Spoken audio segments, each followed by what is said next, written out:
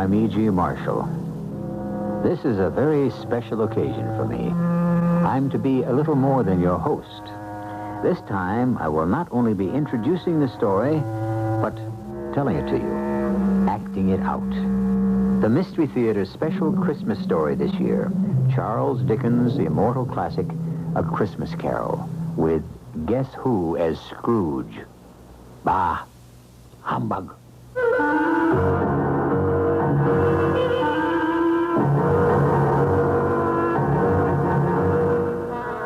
Our mystery drama, A Christmas Carol, was adapted from the Charles Dickens classic especially for the Mystery Theater by Ian Martin. It is sponsored in part by Contact, the 12-hour cold capsule. I'll be back shortly with Act One. Take your Contact, take it now. Give your cold to Contact.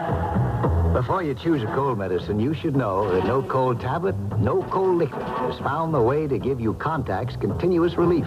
One Contact works up to 12 hours. Helps relieve all your congestive symptoms. All day, all night.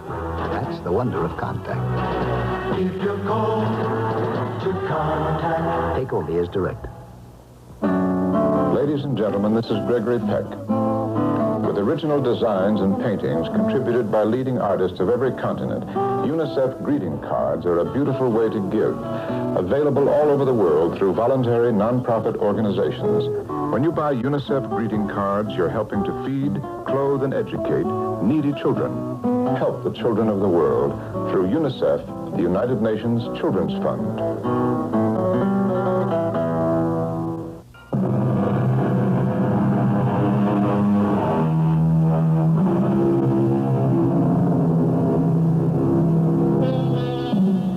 Charles Dickens' A Christmas Carol begins like this.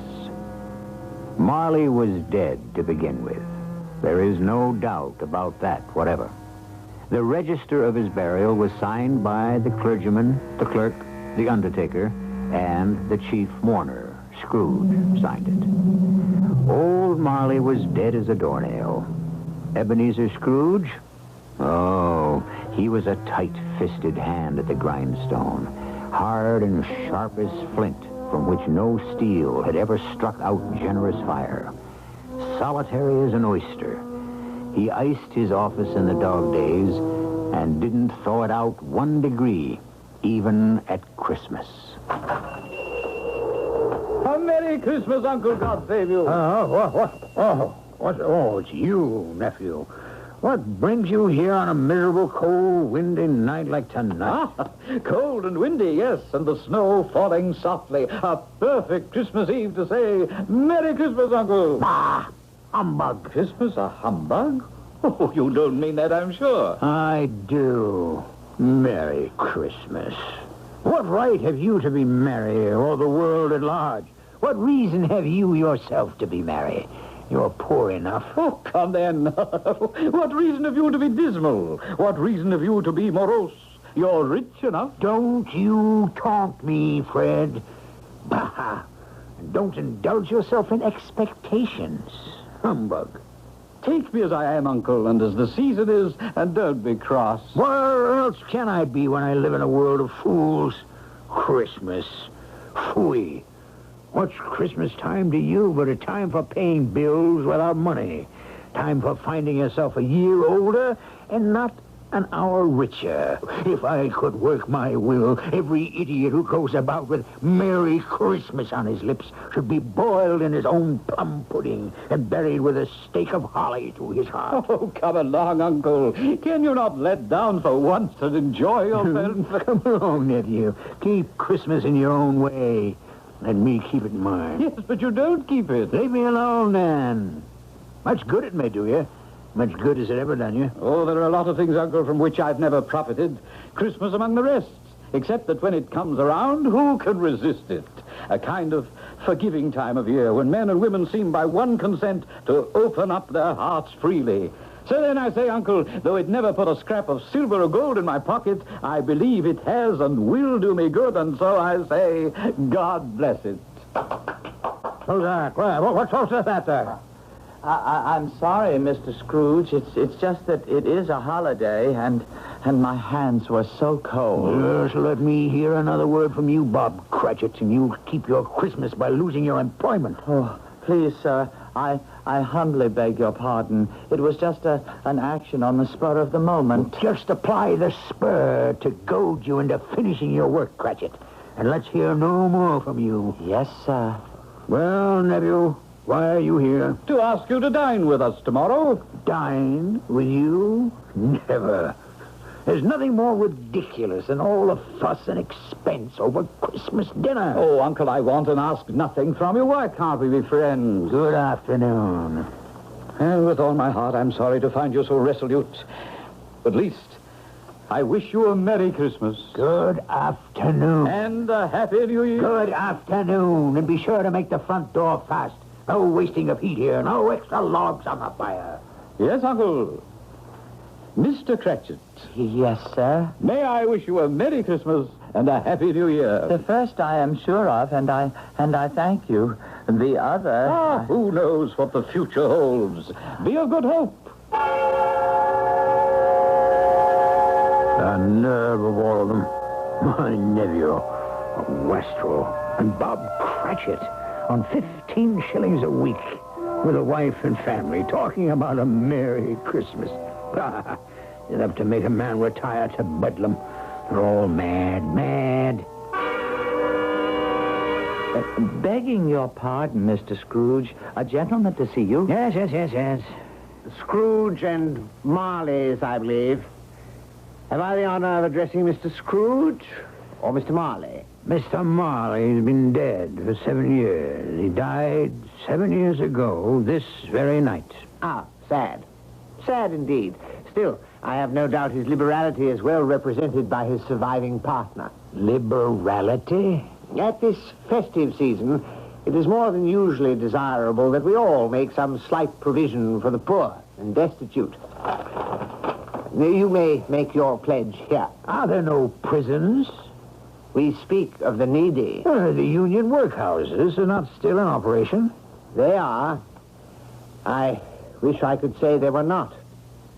A few of us private citizens are endeavoring to raise a fund to buy the poor some meat and drink and means of warmth. What shall I put you down for, Mr. Scrooge? Nothing.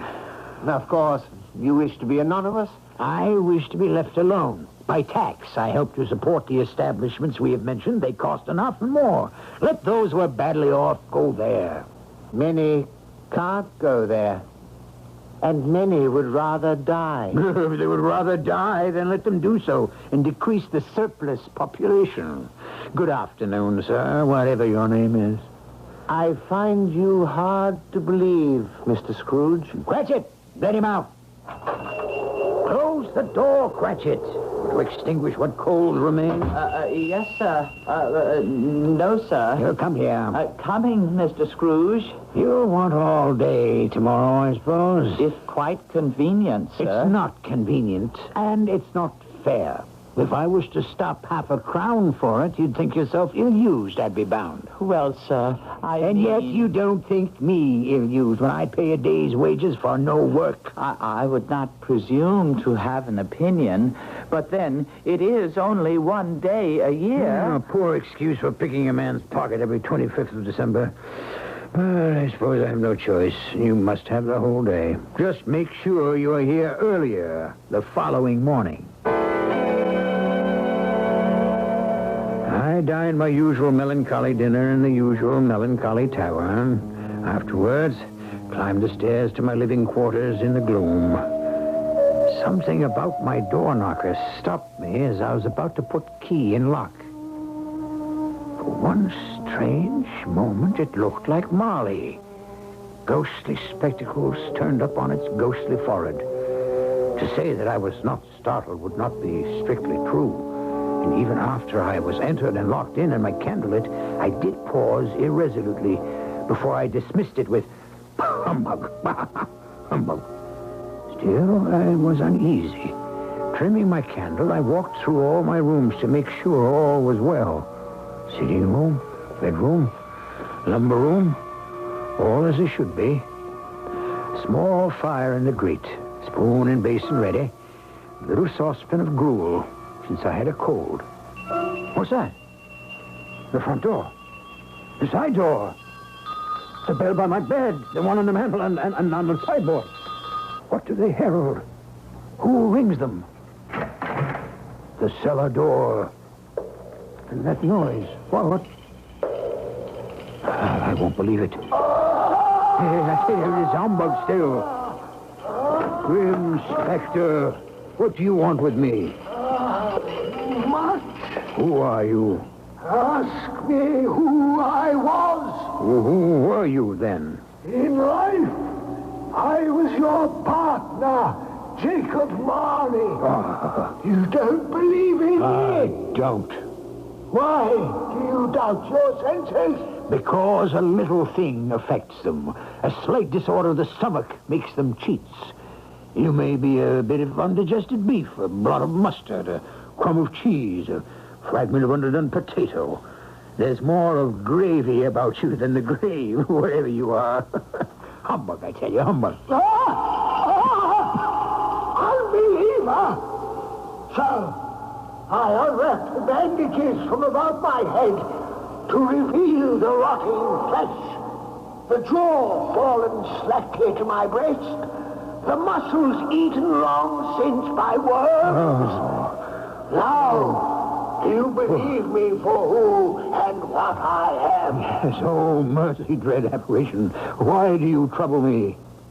I must. But why are you fettered and bound in chains? I wear the chain I forged in life. I made it, link by link.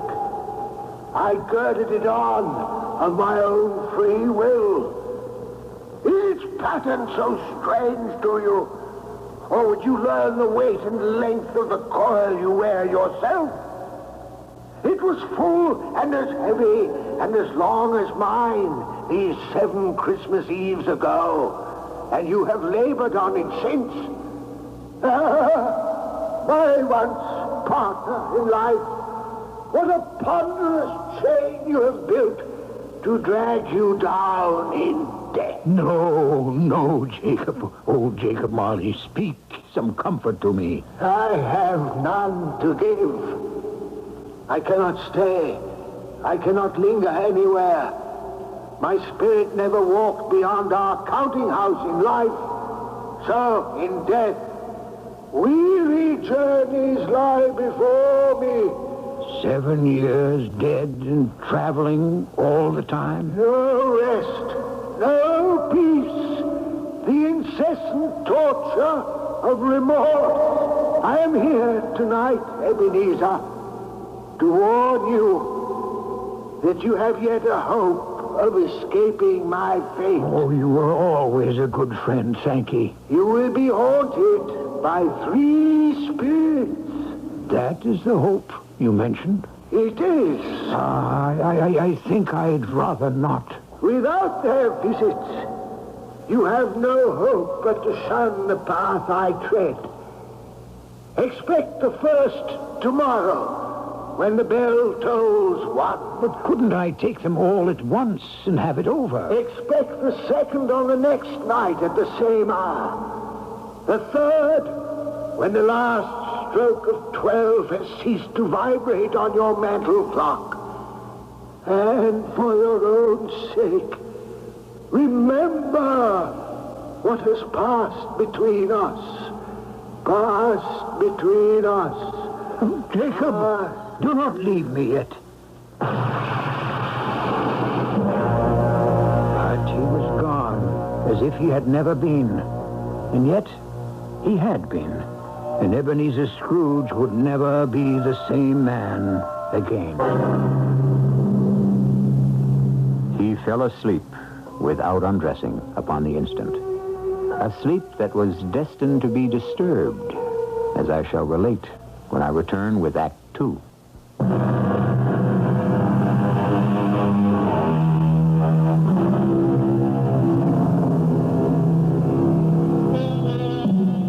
When Scrooge awoke, it was dark, and the chimes of a neighborhood church were striking the 4 quarters. To his amazement, they were followed by 12 strokes at the bell. 12? Impossible. It was 2 when he went to bed.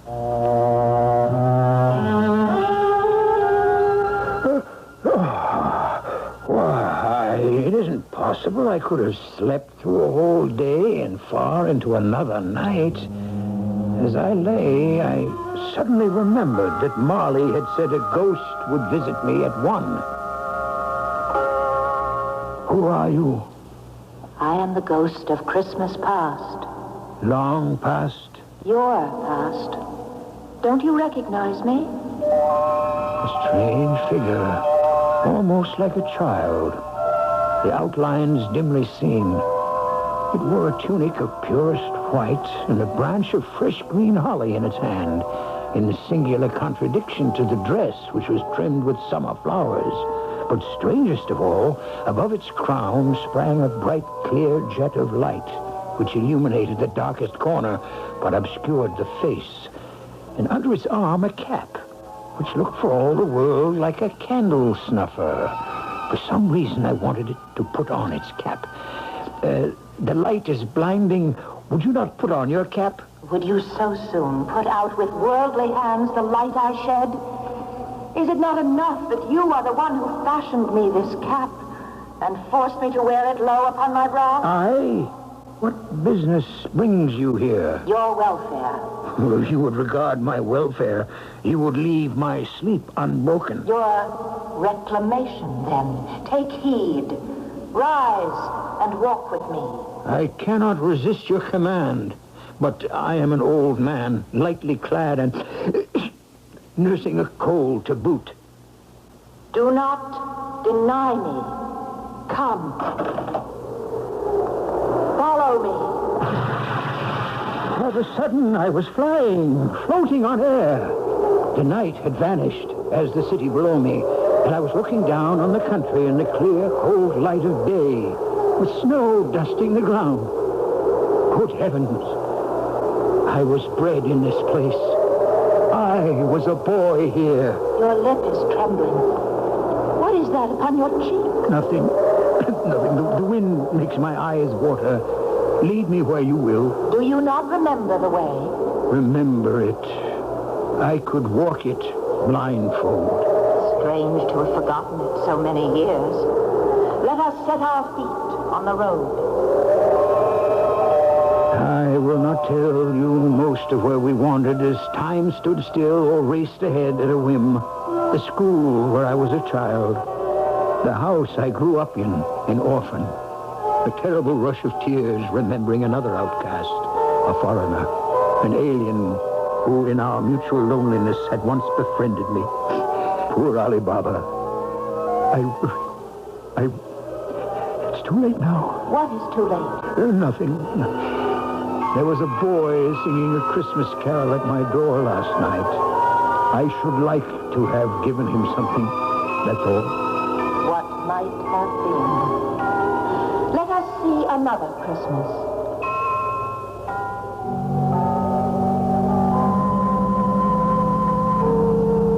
What's that? Your aunt, who brought you up, passed away. Oh, Always no. a delicate creature whom a breath might have withered. But she had a large heart. Amen to that. I will not gainsay it, Spirit. When she died, she had, I think, children. One child. True. Your nephew. Yes. We traveled further, scenes flashing by like slides in a magic lantern. Old Fezziwig in his Welsh wig, my first employer. His Christmas parties with a groaning table and everyone dancing with a light foot and heart to the festive music.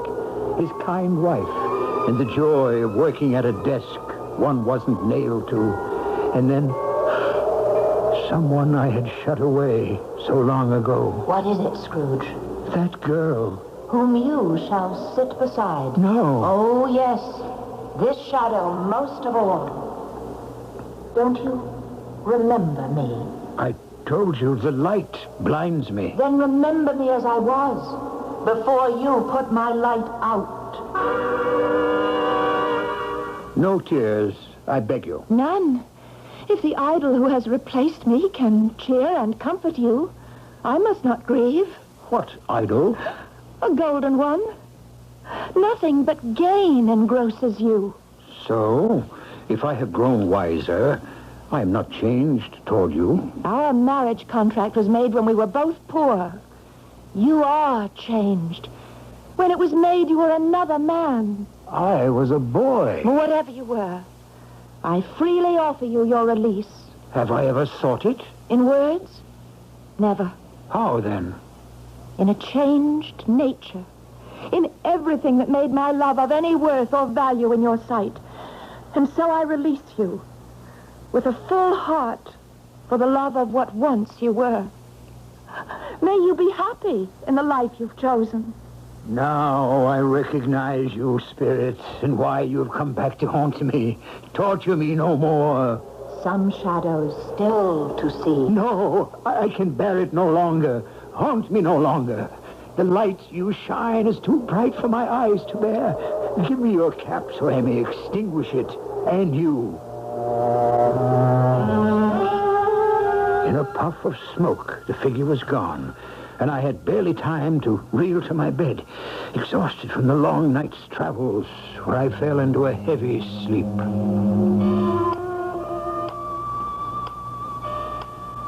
What's that? The clock ticking away. Awake in the night of time. Almost one.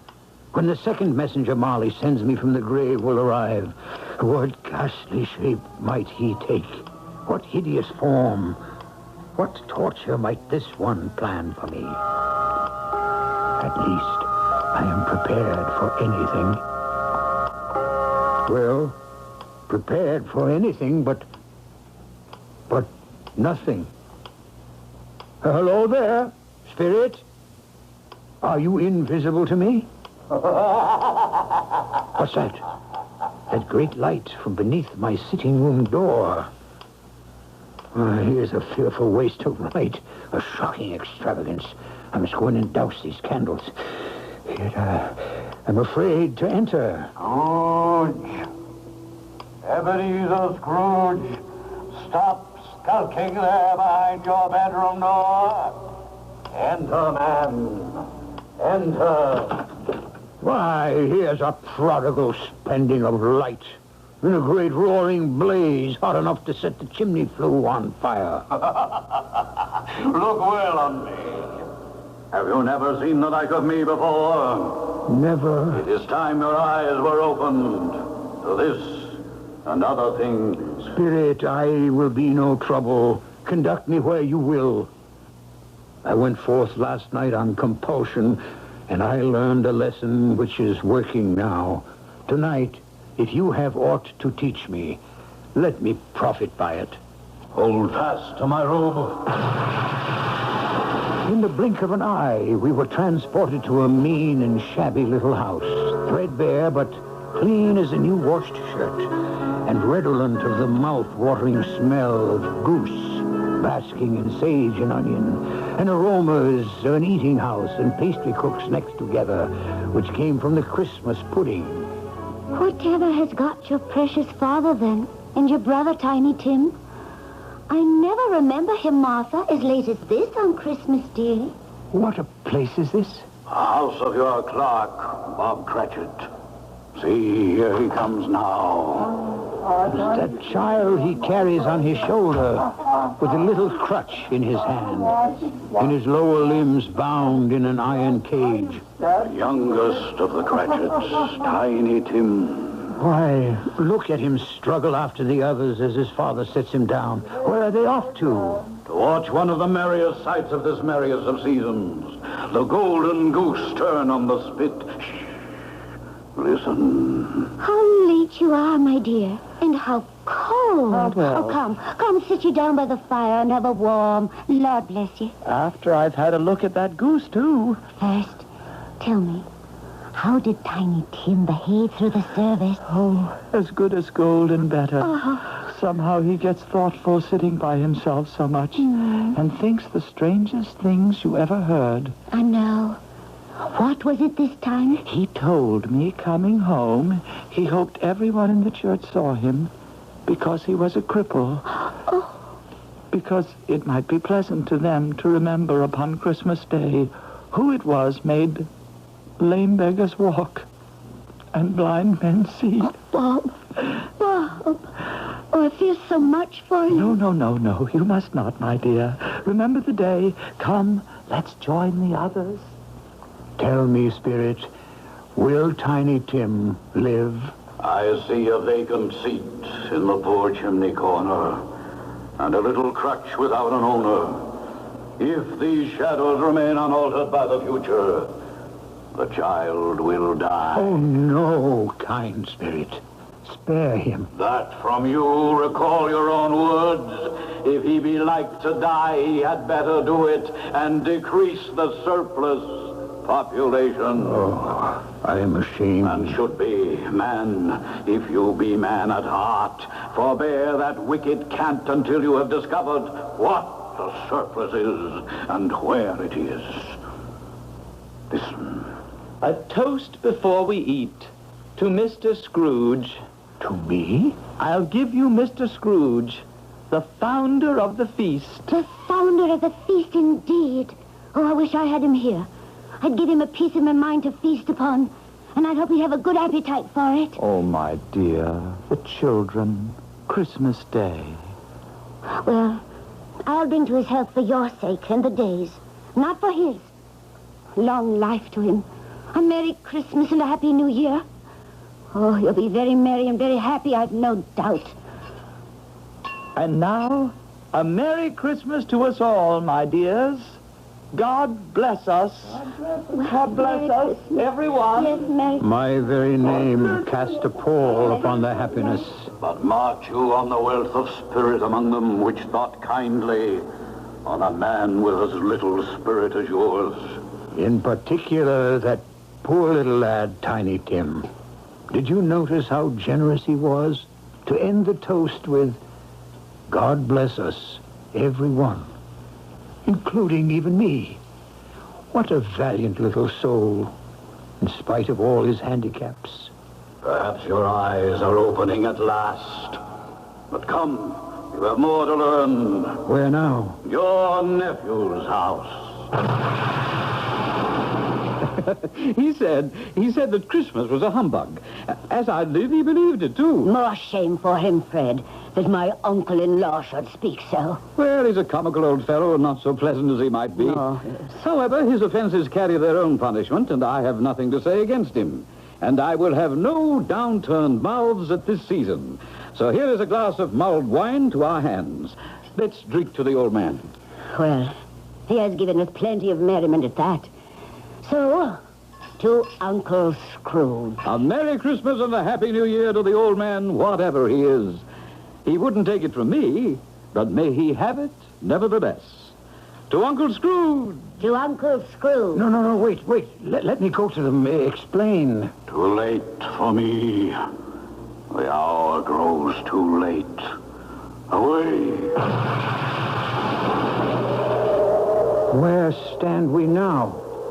This open place. A crossroads where I must leave you. Oh, forgive me what I ask, but I see something strange protruding from the skirt of your robe. That might be a claw for all the flesh there is upon it. Yes. Then see what you must see. From the sanctuary came forth a boy and a girl. Yellow, meager, ragged, scowling, wolfish, but prostrate, too, in their humility. I started back appalled. Spirit, are these yours? They are man's. The boy is ignorance, the girl is want. Beware of them both and all of their degree, but most of all beware this boy, for on his brow I see written doom, unless the writing can be erased. My time is sounding. Wait. Have these pitiful creatures no refuge or resource? I answer in your own words. Are there no prisons? Are there no workhouses? Hold. For one moment, help me. Where should I turn? Turn and face your future. The black phantom that approaches you now. Face your future. Your future.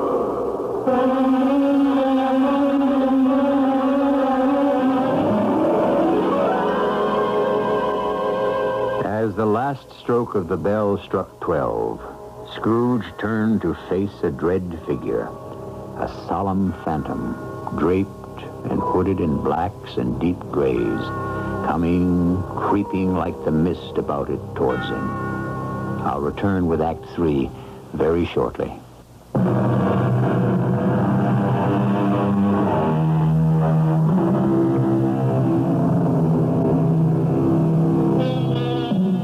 The last phantom silently, slowly, gravely approached.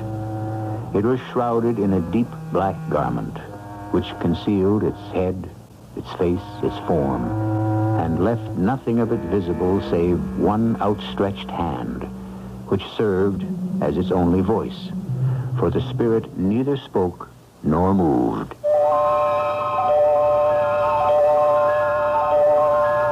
I am in the presence of the ghost of Christmas yet to come. You answer not, but point where we are to go.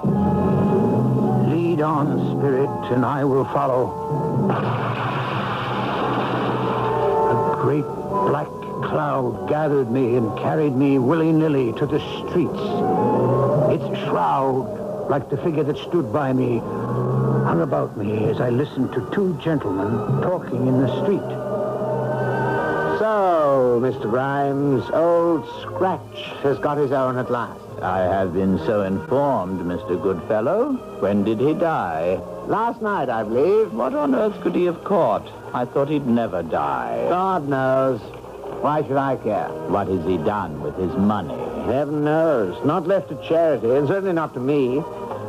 Left to his company, perhaps. Oh, God knows he appears not to have had any sort of personal tie. By which token, it's like to be a very cheap funeral. For upon my life, I cannot think of anybody to go to it.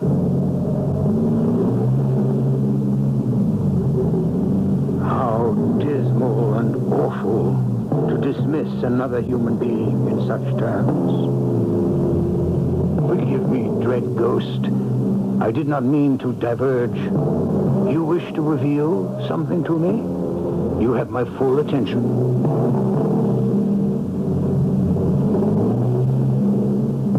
Fred, the news is bad. Bad? We are quite ruined. Oh, no, there's hope for us yet. He relents. If he forgives or forgave, there might have been. Oh, but it is too late for the miracle. Poor, old, miserable boy. He's past relenting. He's dead. No, wait, spirit, wait. I'm not ready to leave. What else would you have me look on? Tell me again about today. About little Tim on the grave. It would have done you good to see how green a place it is. But you'll see it often. I promised him I would walk there every other Sunday. My last born. My poor little broken child. Oh, please. I shall break down with you. Oh, my darling. We can all try to be brave, but how can we hide our sorrow? What is more final and dreadful than death? I want to help, Spectre, but something informs me that our parting moment is at hand. Tell me, what man was it I saw lying dead? Very well. You point. Where to this time? A churchyard. And here we are. A headstone. You would have me read it? Tell me, are these the shadows of things that will be or may be only? Oh, my own name, Ebenezer Scrooge. Spirit, hear me. I am not the man I was. I will not be the man I must have been from all this intercourse. Why show me this if I am past all hope? For once, you make no motion. Your nature intercedes for me and pities me. Good Spirit, I will honor Christmas in my heart and try to keep it all the year. The three spirits shall strive within me. I will not shut out the lessons that they teach. Oh, tell me I may sponge away the writing on this stone. Give me your hand, I beg you. Give me your hand. I hold you to me. You cannot disappear. You cannot disappear. Well, bless my soul. What I cling to is my own bedpost. And wait. Perhaps my time is my own to make amends in. Yes, I will live in the past, in the present, and the future. The spirits of all three shall strive within me. Oh, Jacob Marley, heaven and Christmas time be praised for this. I say it on my knees, oh Jacob, on my knees. I don't know what to do. I'm as light as a feather, and I am as happy as an angel. I'm as merry as a schoolboy.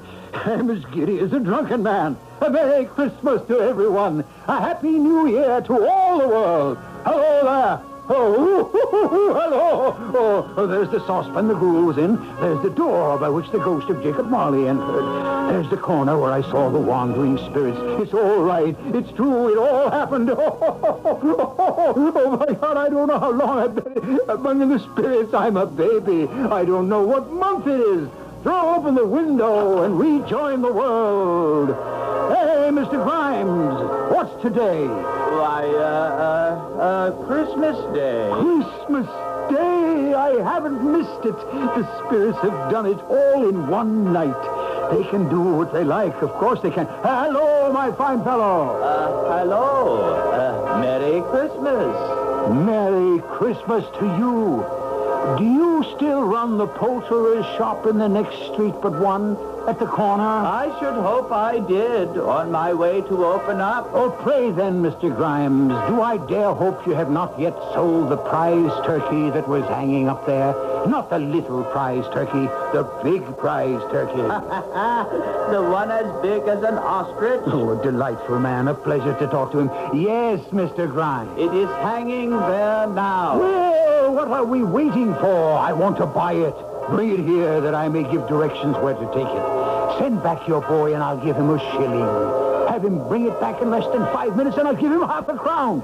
Better still, here's a £5 note. Send him to deliver the turkey to Mr. Cratchit by cab at the address I give you. And what's left shall be your Christmas present and his.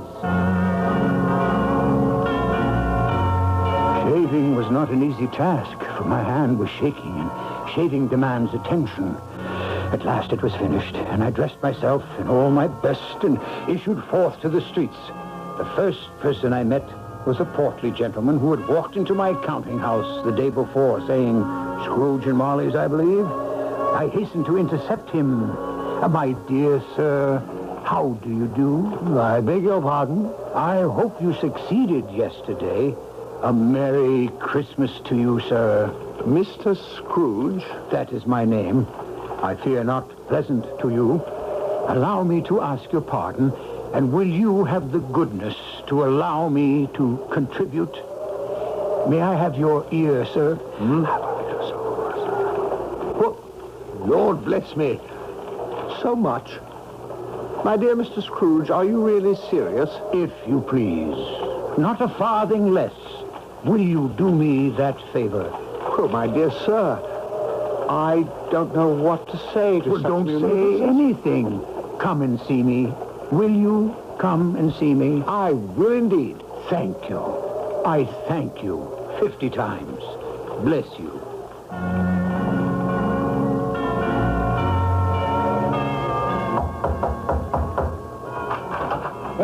Merry Christmas. By all that's holy, is it you, Uncle? Me, Fred. You did ask me to dinner. Am I too late to take up the invitation? Too late? Will you let me in? Will I let you in? Why, here's the merriest turn a Christmas can take, darling wife. Here's Uncle Scrooge to share our Christmas. Isn't that a present for this day? You couldn't have brought Fred a better one. Welcome to our home, Uncle. For only the first of many times, I hope. It's a whole new year. Yes, and you may spend it all with us if you will. Only today, for I must be in the office as early as can be. No. Don't steal glances at each other. It isn't business on my mind, but recompense. And since at last I have learned to laugh, I want to have my first joke with the man I have perhaps wronged most all of these years, my faithful Bob Cratchit. A wonderful day. An evening with my nephew, a deep sleep that might have lasted for days, except that I was bound and determined to be earlier than my clerk at the counting house that Monday morning. I was as pleased as a child when I beat him there. Even more pleased to find that for once he was late. When the door opened and he came in, he was a full 18 1/2 minutes behind his time. His hat and scarf were off before he opened the door. In terror of the man I had been, he was on his stool in a jiffy, writing his pen as if he were trying to overtake the lost minutes. Morning, Mr. Scrooge. Morning. A little late for that. What do you mean by coming here this time of day? I am very sorry, sir. I am behind time. You are? Yes, I think you are. Now, step this way, sir, if you please. It's only once a year, sir. It shall not be repeated. I was making rather merry yesterday, sir. Now, I'll tell you what, my friend. I'm not going to stand by this sort of thing any longer. And therefore, I feel myself forced to raise your salary. Huh? Why, Mr. Scrooge, sir, do you feel all right? Merry Christmas, Bob. A merrier Christmas than I have given you for many a year. Not only raise your salary, but discuss your affairs and endeavor to help your struggling family over a Christmas bowl of smoking bishop. So make up the fires till they hot us right out of the counting house before you dot another I, Bob Cratchit. It's not only a new year, but a whole new world for both of us.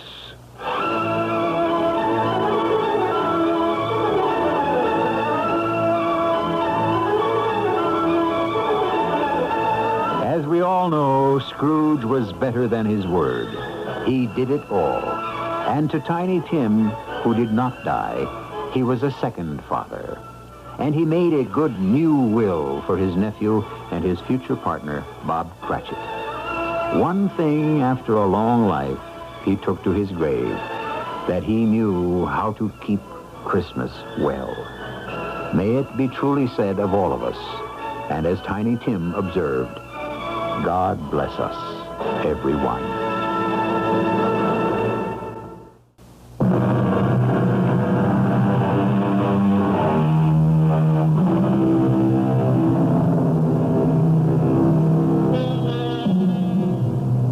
What more is there to say after Dickens' Christmas Carol, except the eternal message it brings, a Merry Christmas and a Happy New Year. Our cast included Marion Seldes, Ian Martin, Evie Juster, Robert Dryden, and William Redfield.